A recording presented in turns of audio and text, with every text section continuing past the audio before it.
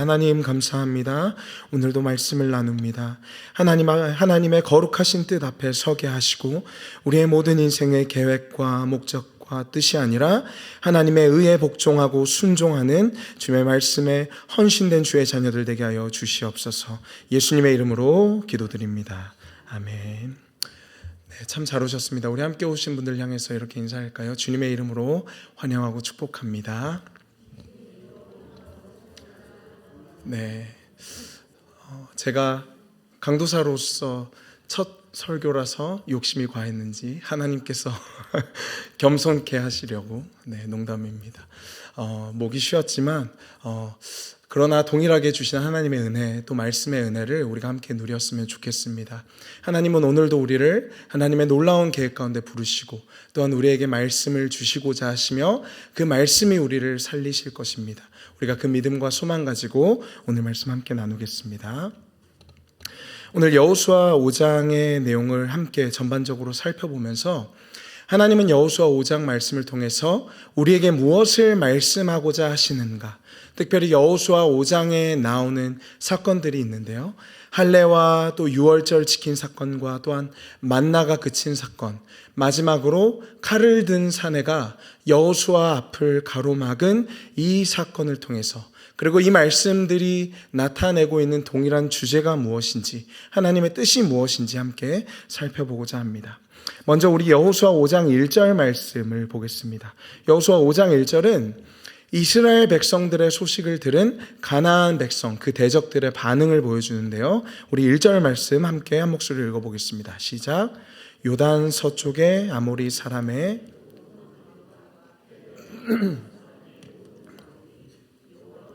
요단물을 이스라엘 자손들 앞에서 말리시고 우리를 건너가게 하셨음을 듣고 마음이 녹았고 이스라엘 자손들 때문에 정신을 잃었더라.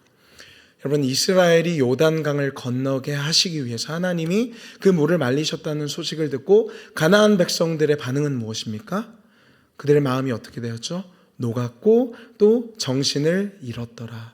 특별히 이 정신이라는 단어를 영어 번역들은 spirit, 영이라는 단어로 번역을 하는데, 그러니까 가나안 족속들이 하나님이 이스라엘 백성들로 말미암아 요단강을 말리시고 그 강을 건너게 하셨다라는 그 소식들로 인해 그들 안에 이스라엘을 맞설 어떠한 영혼도 남지 않았다. 우리말로도 적절한 표현이 있는데요. 혼이 나가고 넋이 나갔다라는 표현이 적절할 것 같습니다. 이스라엘 백성들의 소식은 가나안 족속들의 넋을 나가게 했고 대적들의 혼이 빠져서 지금 두려움에 벌벌 떨고 있다는 소식은 이스라엘에게 좋은 소식입니까? 나쁜 소식입니까? 좋은 소식이죠. 정복하고 전쟁해야 하기 때문입니다. 여러분, 근데 오늘 우리가 함께 읽은 5장 2절 첫 번째 단어를 볼까요? 2장이 어떻게 시작하고 있죠? 그때라고 시작되고 있습니다. 그러니까 가나안 족속들이 넋이 나가서 그들 안에 맞서 싸울 어떠한 용기도 남아있지 않은 그때에 하나님이 무엇을 이 백성에게 명령하시는가, 우리가 이것을 오늘 중요하게 한번 살펴보기를 원합니다. 하나님이 먼저 5장 2절 말씀에 무엇을 명령하신지 볼까요? 그때 여호와께서 여호수아에게 이르시되 너는 부싯돌로 칼을 만들어 이스라엘 자손들에게 다시 할례를 행하라 하시매. 여러분, 하나님이 전쟁을 목전에 둔, 어떤 의미에선 적진 한복판에서 이제는 전쟁할 채비를 갖추어야 하는 이스라엘 백성들에게 가장 먼저 무엇을 명령하십니까? 할례를 명령하십니다.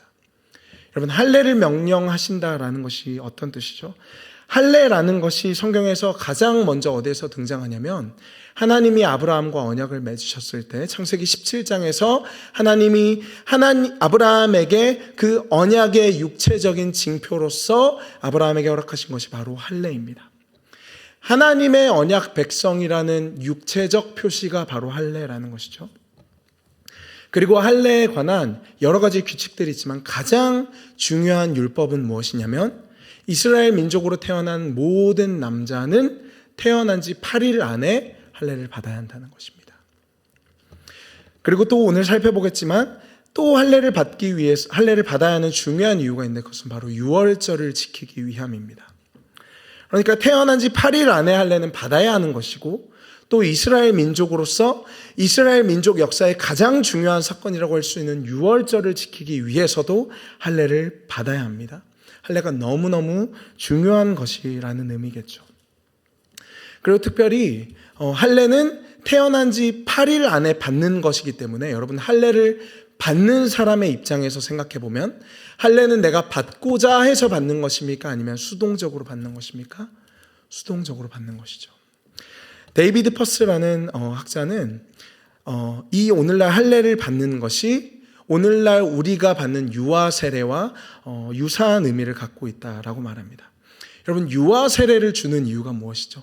아기가 태어나서 아기가 스스로 어떤 사고와 생각과 신앙 고백을 하기도 전에 부모의 의지로 이 아이에게 유아 세례를 베풉니다. 그것이 무슨 뜻입니까?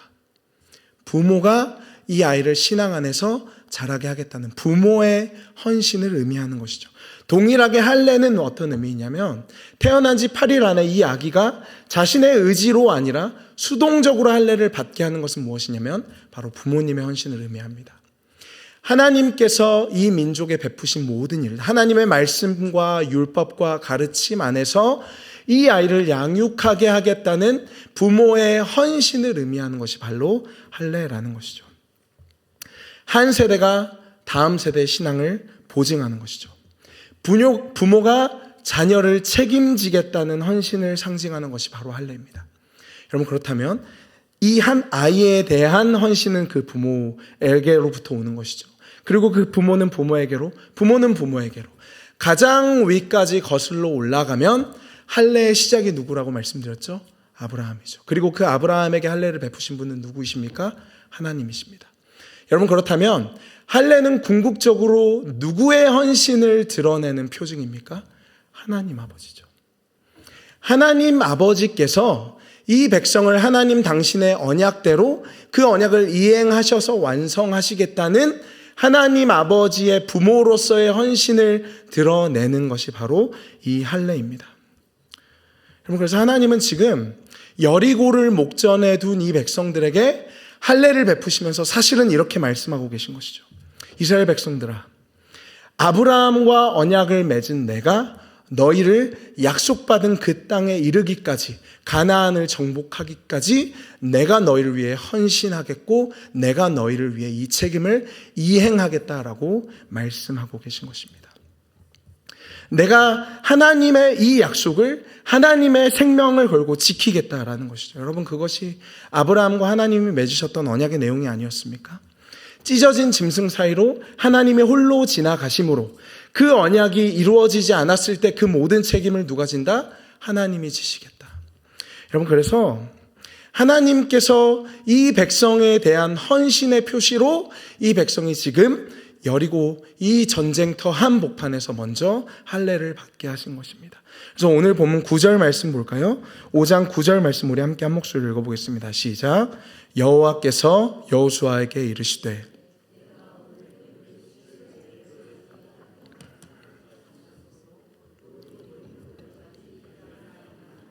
아멘. 이 말씀을 잘 보시면 내가 오늘 애굽의 수치를 너희에게서 떠나가게 하였다. 여러분 주체가 누구죠? 내가 하나님이시죠. 여러분 할례를 받은 것은 이스라엘 백성들이기 때문에 이스라엘 백성이 애굽의 수치를 벗어버린 것이 아닙니까? 근데 하나님 뭐라고 말씀하시죠?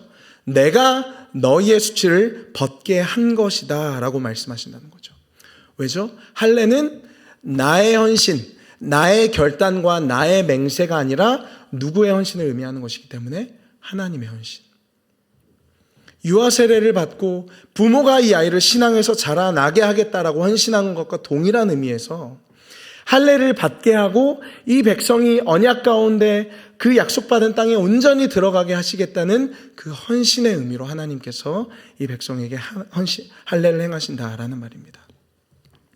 여러분 두 번째 내용 볼까요? 두 번째는 이제 할례를 받은 백성들이 유월절을 지키는 내용이 오늘 본문에 등장합니다. 5장 10절부터 11절 말씀입니다. 우리 함께 10절 11절 말씀 읽어보겠습니다.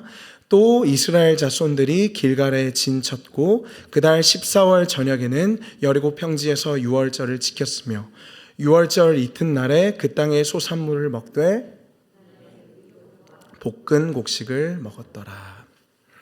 율법에 의하면 여러분, 유월절을 지키는 것은 율법에 의하면 할례를 받은 사람만 지킬 수 있습니다. 그리고 하나님은 앞서 애굽에서 40년 전에 10번째 재앙을 행하시면서 무엇을 이 백성에게 명령하셨었냐면, 너희가 약속받은 그 땅에 들어가거든, 내가 약속한 대로 너희가 그 약속받은 땅에 들어가거든 먼저 유월절을 지켜라 라고 명령하셨습니다. 우리 말씀 한번 볼까요? 출애굽기 12장 25절 말씀. 네, 우리 화면에 있는데 우리 함께 읽어보겠습니다. 너희는 여호와께서 허락하신 대로 너희에게 주시는 땅에 이를 때에 이 예식을 지킬 것이라. 너희에게 주시는 땅에 이를 때에 이 예식을 지켜라. 내가 약속한 그 땅에 들어가면 너희는 유월절을 반드시 지켜라. 그리고 유월절을 지켜야 하는 분명한 이유도 말씀해 주셨는데요. 출애굽기 10장 2절 말씀도 우리 함께 읽어보겠습니다. 내가 애굽에서 행한 일들 곧 내가 그들 가운데 행한 표징을 내 아들과 내 자손의 귀에 전하기 위함이라. 너희는 내가 여호와인 줄 알리라. 여러분, 유월절을 지켜야 하는 이유가 무엇이죠? 내가 행한 일들을 누구에게 전하기 위해? 내 아들과 내 자손에게 전하게 하기 위해. 그리고 누가 하나님인 줄 알게 하기 위해서? 내가. 너희를 애굽에서 건져내고 광야를 지나게 하고 이 약속받은 땅에 들어가게 한 내가 여호와 하나님인 줄을 알게 하기 위해서 이 백성들은 약속받은 땅에 들어가면 여러분 유월절을 반드시 지켜야 합니다. 여러분, 절기를 지킨다라는 것은 기본적으로 어떤 의미를 가지고 있죠? 절기를 지킨다라는 것은 기본적으로 과거를 돌아보고 그 과거의 일을 기념한다는 것에 의미가 있습니다. 이스라엘 백성들이 지금 가나안 땅에 들어와서 유월절을 지킴으로써 어떤 일을 그들 안에서 기억하고 기념하는 것이죠? 하나님께서 애굽에서 우리 조상들을, 그들의 신음을 들으시고 건져내신 일, 하나님께서 바로의 마음을 완악하게 하셔서 모든 첫째 생명을 거두어 가실 그때 우리에게는 은혜를 베푸셔서 어린 양의 피로 말미암아 그 재앙과 그 죽음과 사망이 넘어가게 하신 일. 그러니까 지금 이스라엘 백성들은 가나안 땅에서 그 조상들에게, 그 앞선 세대에게 일어났던 과거의 일을 돌아보면서 이 절기를 지키고 있는 것이죠. 그러면서 자연스럽게 이 백성들이 그 땅에서 절기를 지키면 무엇을 기대할 수 있겠습니까? 과거에 우리를 돌보신 하나님께서 오늘날에도 우리를 돌보실 것이라는 것을 기억할 수 있겠죠. 동일하게 그 의미에서 과거에 일하신 하나님께서 오늘날에도 우리를 돌보시고 계시다면 자연스럽게 미래를 내다보면서 하나님께서 동일하게 우리에게 과거와 현재에 행하셨던 것처럼 미래에도 신실하게 행하실 것을 기억할 수 있습니다. 여러분, 이것이 절기를 지킨다라는 것의 본질적인 의미입니다. 여러분, 그래서 데이비드 퍼스라는 구약학자가 유월절 절기에 대해서 이렇게 말했습니다. 제가 문구를 가지고 왔는데 우리 한번 한 목소리로 읽어보았으면 좋겠습니다. 시작. 하나님이 그들을 위해 하신 일들을 감사하며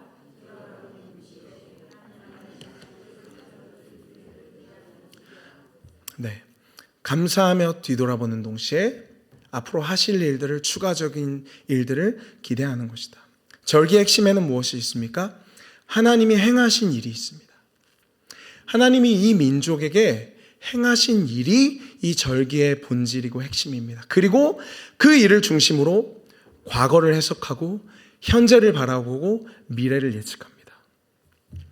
하나님이 행하신 일을 중심으로 인생의 과거를 해석하고 현재를 들여다보고 미래를 예측한다라는 것이죠. 그러니까 하나님이 행하신 일이 과거와 현재와 미래에 영원히 영향을 미치게 하는 것이 하나님이 절기를 지키라고 명령하신 이유입니다. 그렇게 과거와 현재와 미래를 다 더하면 우리가 그것을 무엇이라고 부르죠? 영원이라고 부르죠. 영원히 너희가 지킬 규례라 라고 말씀하시는 것은 너희가 그 영원 속에서 하나님을 기념하고 하나님을 기대하고 그 하나님을 알고 그 하나님과 교제하라는 의미인 것이죠. 오늘날 우리가 지키는 성찬식에도 동일한 의미가 있지 않습니까?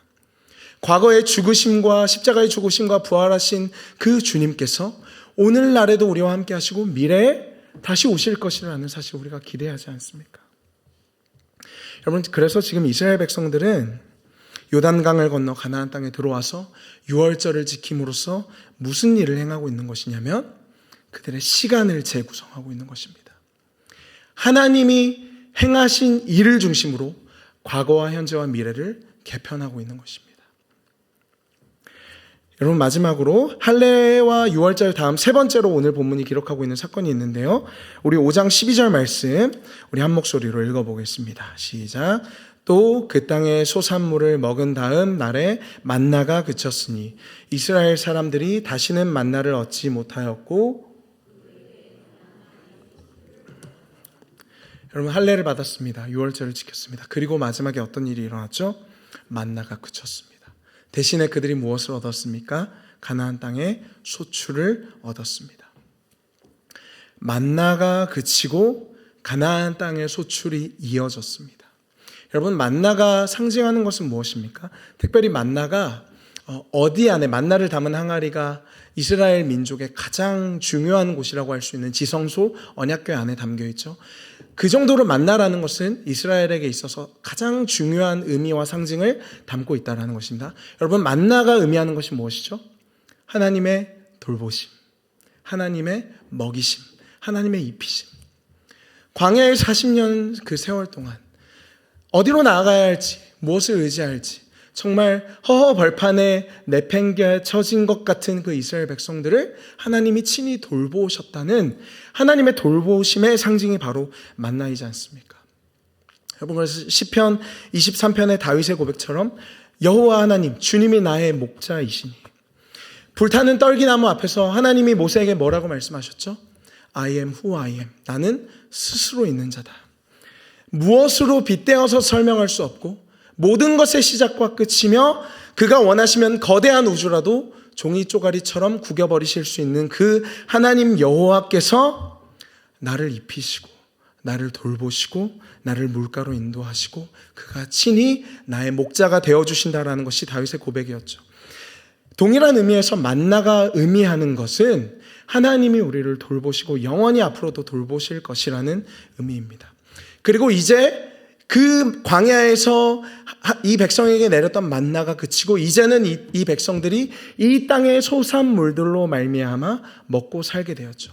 이것은 하나님의 돌보심이 끝났다라는 의미가 아니라 하나님의 돌보심이 다른 방식으로 이 백성을 돌보신다라는 의미입니다. 바로 땅을 경작하여 그 땅의 소산물을 먹게 하시는 것이죠. 그래서 만나가 그쳤다라는 것은, 그리고 그 땅의 소산물로 말미암아 그들이 볶은 곡식을 먹었다는 것은 광야에서 있었던 하나님의 돌보심이 앞으로도 유지될 것이라는 것을 상징합니다. 여러분, 이처럼 이스라엘 백성들은 첫 번째 할례를 받았습니다. 할례는 무슨 의미라고 말씀드렸죠? 아버지의 헌신. 하나님께서 이 백성, 이 육체의 징표를 가진 이 백성에게 신실하게 언약을 이행하실 것이라는 그 부모님의 헌신을 의미한다고 말씀드렸죠. 유월절을 지킨다. 유월절은 무엇입니까? 하나님의 구원을 기념하는 것입니다. 그 구원이 과거와 현재와 미래에 걸쳐서 영원토록 우리 가운데 역사할 것이라는 믿음의 고백입니다. 마지막으로 만나 먹은 것을 기념하는 것은 하나님의 돌보심을 우리가 기억하는 일이죠. 여러분, 너무나도 감격스러운 순간 아닙니까? 이스라엘 백성들이 가나안 땅에 들어가서 할례를 받음으로 하나님께서 이 백성을 돌보신다는 것을 확증하시고, 유월절을 지키심으로 하나님이 이 백성을 구원하신다는 사실을 확증하시고, 만나를 그치시고 이 땅에 이 소산물을 먹게 하심으로써 앞으로도 하나님께서 이 백성을 돌보실 것이라는 사실을 이 백성에게 마음에 확신시켜 주시는 것이죠. 너무나도 감격스러운 사실이지만 이스라엘 백성들의 입장이 되어서 한번 주변을 둘러보십시오. 지금 이 자리가 어디입니까? 적진 한복판입니다. 40년 전에 이 땅에 왔을 때 네피림과 같은 그 거인들이 기둥처럼 서서 이 백성을 언제 진멸시킬지 모르는 그 강대한 민족이 도사리고 있는 그 땅이 바로 지금 이스라엘 백성들이 할례를 받고 명절을 지키고 만나 먹은 것을 기념하고 있는 이 순간입니다. 너무나도 반대되는 순간이죠. 여러분, 모든 남자가 할례를 받는다는 것은 이스라엘 군대에게 어떤 의미입니까? 최소한 일주일 동안인 이 군대가 무력화된다는 의미입니다. 아무것도 할 수 없다는 의미입니다. 가나안 백성들이 혹시나 쳐들어온다면 누워있는 그대로 진멸을 맞이해야 된다라는 의미가 바로 할례를 받는다라는 의미입니다. 여러분, 유월절을 지킨다? 여러분, 우리 5장 1절 말씀 보면서 무엇을 보았죠? 대적들이 간담이 서늘해져서 그들의 마음이 녹은 것을 보았죠. 이때야말로 이스라엘 백성들이 진군에서 점령해야 될 적기가 아니겠습니까? 근데 이때 가만히 멈춰서서 그들의 명절이나 지키고 음식이나 먹고 있다라는 것은 너무나도 순진한 생각이 아닙니까? 이스라엘은 지금 할례와 유월절로 인해 군사의 진군을 멈춰 있을 뿐만 아니라 온 군대가 무력화되어 있다는 것이죠. 여러분, 이 말씀이 세상의 관점에서는 분명히 우리의 본성과 반대되는 말씀이라는 사실을 우리가 확인해야 합니다. 여러분, 가나안이라는 적진 한가운데서 여러분 이 말씀에 순종하실 수 있겠습니까? 대적들이 쳐들어오면 나뿐만 아니라 나의 모든 가족이 진멸될지도 모르는 이 상황에서 여롭게 할례나 받으며 명절이나 지키고 계실 수 있겠습니까? 여러분, 그런데 하나님은 왜 이런 명령을 이스라엘 백성에게, 또 이 말씀을 보는 우리에게 주셨을까요? 여러분, 언제나 우리는 우리 인생을 살아가는 데 있어서 내 자신의 목표, 내 인생의 꿈, 내 인생의 계획에 너무나도 자주 매몰됩니다.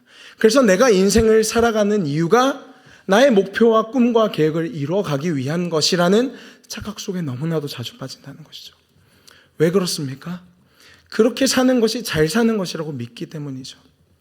최근에 저희 교회 전도사님과 또 목사님과 책 한 권을 우리가 함께 읽기 시작했는데 그 책에서 현대인의 삶의 목표를 간단하게 이렇게 설명했습니다.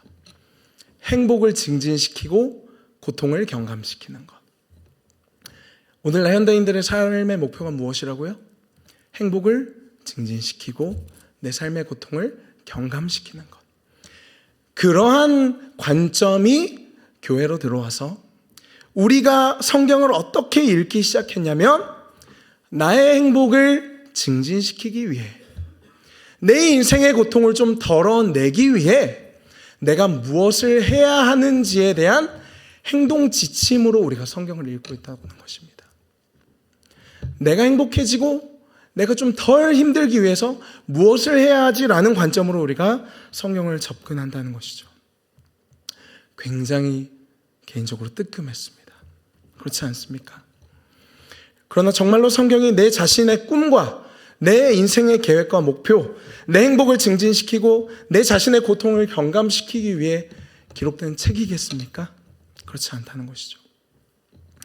여러분, 오늘 본문은 무엇을 말하고 있냐면, 오늘 본문은 우리가 이 전쟁에서 승리하기 위해 내 목적과 내 계획을 이루기 위해 우리가 무엇을 해야 하는가를 말하고 있지 않습니다.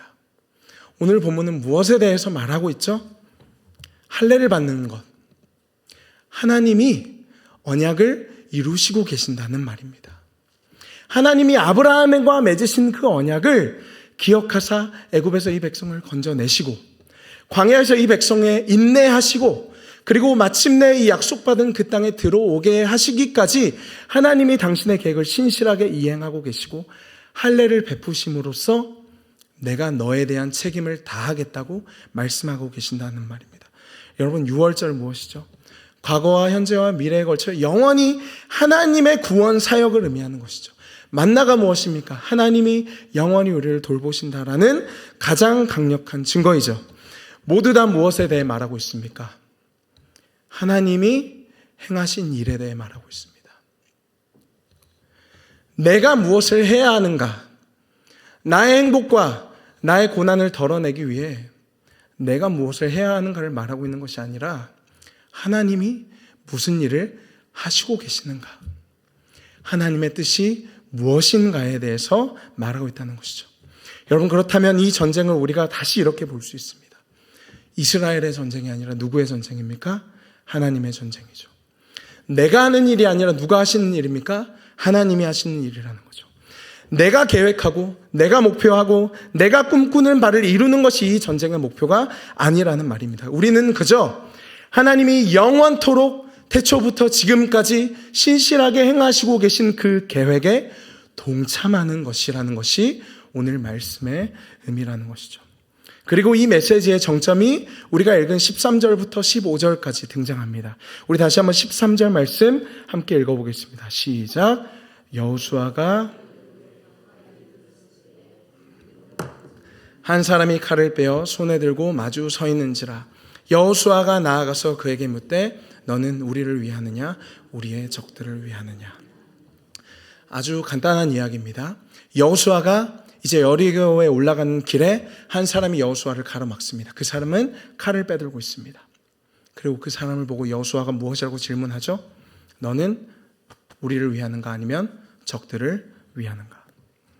이 질문의 의미가 무엇인가에 대해서 팀 켈러 목사님 뭐라고 말씀하셨냐면 여호수아가 자신 앞에 서 있는 하나님을 알아보지 못하고 그 앞에서 자신의 계획을 가지고 온 것이라고 말했습니다. 여러분 잘 생각해 보십시오. 여호수아가 무엇을 위해 지금까지 달려왔습니까? 광야 40년 동안 수많은 고난과 어려움을 이겨내고 무엇을 위해 지금까지 달려왔습니까? 가나안 땅을 정복하는 이 전쟁이죠. 여러분 이 첫 번째 전쟁에서 패배하면 40년의 세월은 물거품 됩니다. 여호수아 인생에서 그 인생의 목적에 있어서 얼마나 중요한 순간인지 여러분 체감이 되십니까? 이 전쟁에서 패배하면 나에게 딸린 이스라엘 모든 민족의 식구들은 모두 다 죽습니다. 그래서 이 여호수아는 지금 자신의 인생의 계획과 목적과 자신의 인생의 뜻에 매몰되어서 이 전쟁이 사실은 누구의 전쟁인지를 망각하고 있는 것이죠. 마치 우리처럼. 그래서 이렇게 묻는 것입니다. 너는 나를 위하여 있는가 아니면 적들을 위하여 있는가? 나를 위하여 있는가 아니면 적들을 위하여 있는가? 내 계획을 이루는 데 있어서 하나님 당신은 도움이 되시는 분입니까? 아니면 손해가 되시는 분입니까? 여러분 우리 모두 하나님 앞에 이렇게 나오죠. 내 간절한 기도 제목, 하나님 정말로 내 인생의 중요한 목표입니다. 이 순간 내 꿈을 위해서 내가 이토록 열심히 달려온 이 세월을 위해서 하나님 이거 정말 이루어 주셔야 합니다. 하나님 저를 도와주실 겁니까? 안 도와주실 겁니까? 여러분 그리고 하나님은 그 질문에 대해서 뭐라고 대답하십니까? 14절 초반절에 그가 이르되 아니라. 영어 성경에 뭐라고 기록되어 있냐면 neither, 둘 다 아니다. 여호수아는 1번과 2번 질문에 대해서 선택하십시오라고 물었다면 하나님은 그 질문 자체를 부정하시는 것입니다. 아니라. 내가 너의 계획과 목적과 뜻을 위해 존재하는 것이 아니라 너가 나를 위해 존재하는 것이다. 여러분 이것이 아니라라는 대답의 의미입니다. 여러분 그리고 그제서야 여호수아가 무엇이라고 대답하냐면 14절에 내 주여 종에게 무슨 말씀을 하려 하시나이까? 여호수아가 정신이 바짝 든 것이죠. 지금 이 전쟁이 나의 전쟁, 나의 계획, 나의 목적과 뜻을 이루는 것이 아니라 지금 내가 열심히 살아가고 있는 이 인생이 나의 꿈과 계획과 목적을 위한 것이 아니라 하나님의 영광과 그분의 계획과 뜻을 위한 것이라는 사실을 깨닫고 아니라라고 말씀하시는 그 아버지 하나님의 불호령 같은 말씀 앞에 바짝 엎드려서 그가 무엇을 하고 있는 것입니까? 예배드리기 시작하는 것입니다. 여러분 이것이 예배입니다. 우리가 일상의 전쟁을 그치고 잠시 멈추고 우리 자신이 열심히 달려오는 그 일상의 순간들을 잠시 멈추고 무엇을 하죠? 예배를 드리죠. 그리고 다시 한번 기억하는 것입니다. 내 인생의 주인이 내가 아니라 하나님이시라는 사실. 그 자리에서 우리가 나의 짐을 벗어버릴 수 있는 것 아닙니까? 내 인생이기 때문에 내가 지어야 했던 너무나도 수고하고 무거운 그 짐들을 하나님이 너의 인생이 아니라 나의 뜻과 계획을 이루기 위한 나의 인생이라고 말씀하실 때 우리는 그 앞에서 쉴 수 있는 것이죠. 그래서 우리가 잠시 멈추는 것이고 잠시 우리 인생을 무력화시키는 것이지 않습니까? 여러분 이것이 바로 하나님께서 전쟁의 한복판에서 유월절을 지키게 하시면서 멈추게 하시고 할례를 받게 하심으로써 무력하게 하시는 이유입니다. 내가 아니라 하나님이 행하시는 일이시라는 사실을 우리에게 보여주기 위해서이죠. 여러분 결론을 말씀드리겠습니다.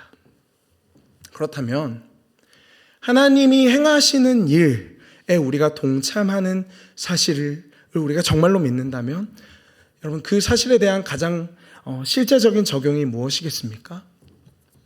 두려워하지 않는 것이겠죠.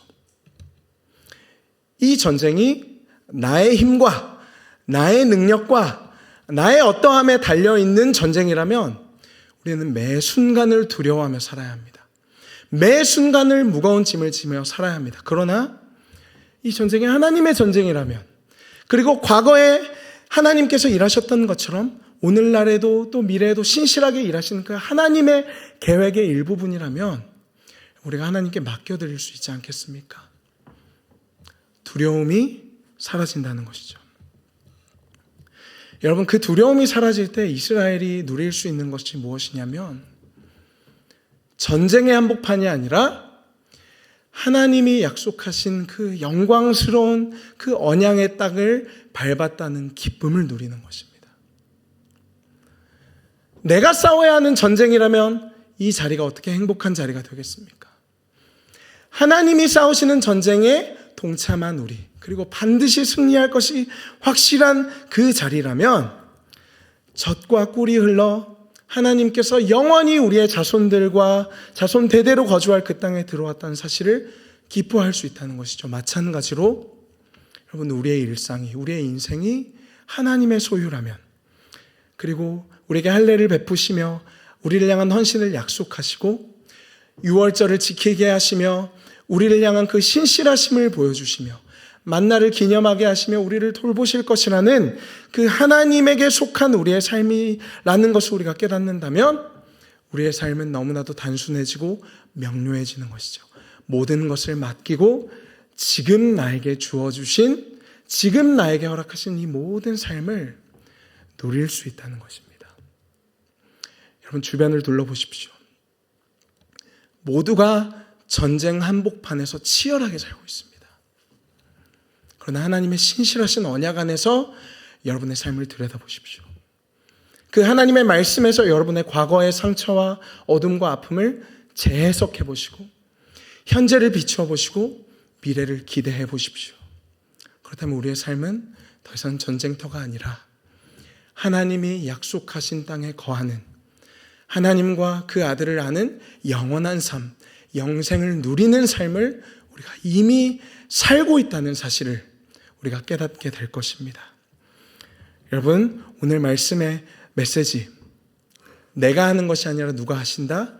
하나님이 하시는 일이다. 그래서 난 그분께 맡겨드리고 지금 이 순간들을 누리며 항상 기뻐하고 쉬지 말고 기도하고 범사에 감사할 수 있는 것이죠. 하나님이 행하셨고 지금도 일하고 계시며 앞으로도 일하실 것이기 때문에 그렇게 하기 위해서 여러분, 우리는 매주마다 잠시 주일 예배를 드리며 멈추고 나의 연약함을 하나님 앞에 드러내며 어떤 의미에서 나의 심령을 무력화시키며 아니라라고 말씀하시는, 내 계획과 목적과 뜻을 이루기 위해서 오늘도 앉아있지만 아니라라고 말씀하시면 나의 인생이다라고 말씀하시는 그 하나님 앞에 맡겨드릴 수 있습니다. 여러분, 누구에게 여러분의 인생의 주도권을 주시겠습니까? 기도하겠습니다.